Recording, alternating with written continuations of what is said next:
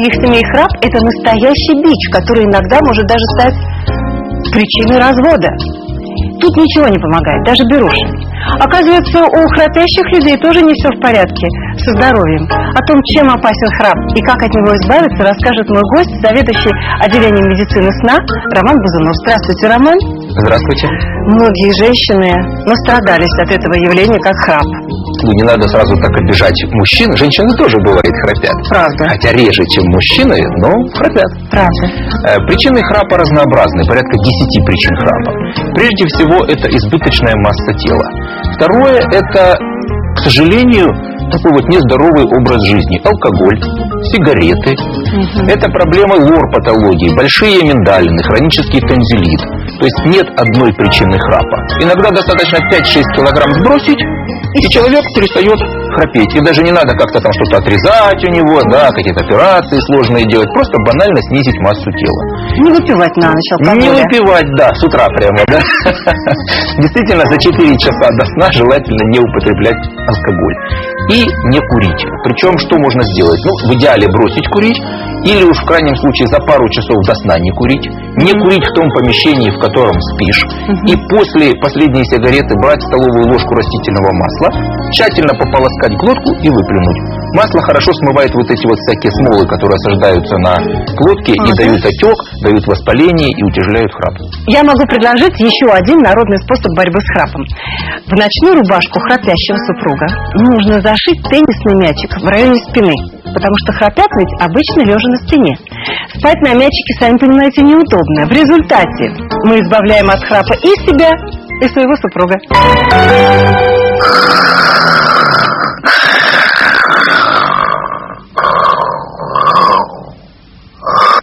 Похоже на бульдозер. Сейчас. Не ходи. Это бабушка мечтает. Он может разрушить семью, а друзей сделать заклятыми врагами. Храп. От него не застрахован ни стар, ни млад. Храп – это сигнал болезни.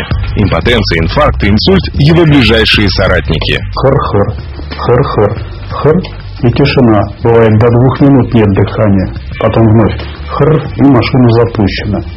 Вот это вот явление, остановка дыхания во сне, слип-апноэ, очень печальная и серьезная вещь. Ну прямо как каменный век, понимаете, по сравнению с этой восточной медициной. Там ведь знаете как, вот иголочкой тюк-тык и все.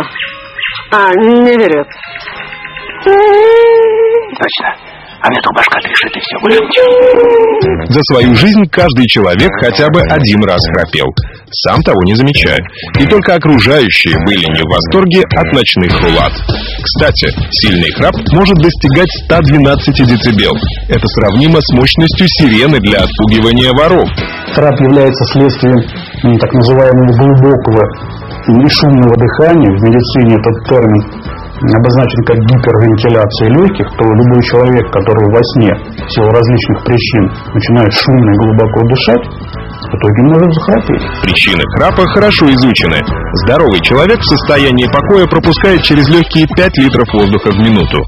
Храпящий в 2-3 раза больше. И вот такое как бы необоснованное увеличение общей вентиляции легких вызывает отек мягкого неба и задней стенки носоглотки. Если человек лежит на спине, то отекшие мягкие ткани западают и просто большим воздушным потоком колышутся, создавая характерный звук храпа.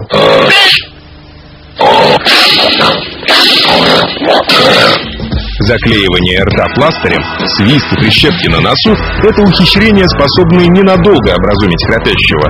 Но лучшим лекарством все же является физическая активность, спорт и фитнес-нагрузки.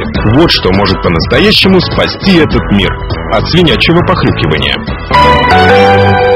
Роман, какие могут быть последствия для храпящего человека, если никак не лечить, не бороться с храпом? Храп, в принципе, может быть неосложненным. То есть человек может сильно храпеть, громко храпеть, но при этом замечательно высыпаться. И кроме как, соответственно, окружающим, себе никак не вредить. Да. Но в этой ситуации, кстати, чтобы убедить человека, который храпит рядом с вами, что это проблема для вас, можно что еще посоветовать? Взять диктофончик или даже просто на телефон записать храп партнера, а когда он заснет, положить возле уха этот телефончик и включить. Потому что когда вы просто говорите человеку, ну не храпи, он говорит, а я ж так не храплю и вообще почти нормально сплю и не мешай мне. То есть вы хотите сказать, что когда человек храпит, он не слышит? Он практически себя не слышит. А если его же храп записать на магнитофон, да, то он проснется? Да, то он проснется вот так, как ему будет, как вам мешает храп, так и ему будет мешать свой же храп.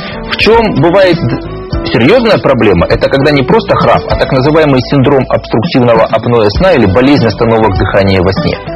Когда окружающие не просто видят равномерный храп с каждым вздохом-выдохом, а когда человек храпит, потом возникает пауза. Причем человек пытается дышать, такой, какие-то попытки создаются, 10, 20, 30, 40, 50 секунд человек может синеть начинать. И потом следует громкое всхрапывание. Вот это уже опасная ситуация, фактически это острые остановки дыхания, связанные с полным спадением дыхательных путей на уровне глотки. И так может быть 300, 400, 500 эпизодов за ночь. Человек может 8 часов спать, а из них 3-4 часа вообще не дышать. Кошмар. И представьте себе, это тяжелейший недостаток кислорода. Но это лечится? Да, это лечится. Мы должны оценить степень тяжести. Да. Мы определяемся с причинами. Если это гигантские миндалины, если нос не дышит, то это оперативное лечение. Если это не осложненный храп, то можно вмешаться на небном язычке, и мы тоже получим достаточно хороший эффект. Если мы хотим ситуационно облегчить храп, ну, например, поезд, гостиница, больница, бывает такая ситуация, да?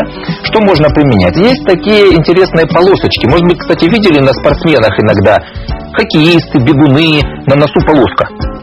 Да, вот такая, да? Видела. Я думала, что это ранку заклеили. Нет, это такая клеящаяся специальная пружинная полоска. Вот видите, удаляются лепесточки. Да, соответственно, она наклеивается на нос, пытается распрямиться и разводит крылышки носа в стороны, существенно облегчая носовое дыхание. И, кстати, да, нос начинает гораздо легче дышать и облегчается храп. Ну и уж если мы говорим о пациентах действительно с тяжелой формой болезни, вот с сотнями остановок дыхания во сне, вот тогда уже применяются специальные дыхательные аппараты. Когда мы берем такой... Боже мой, это уже просто как в реанимации. Ну, фактически это вспомогательная вентиляция легких. То есть этот аппарат, маска одевается на нос, включается в розетку и подает поток воздуха и раздувает механически дыхательные пути. Роман, спасибо вам огромное. От лица многих телезрительниц, я уверена, и телезрителей тоже, как мы выяснили.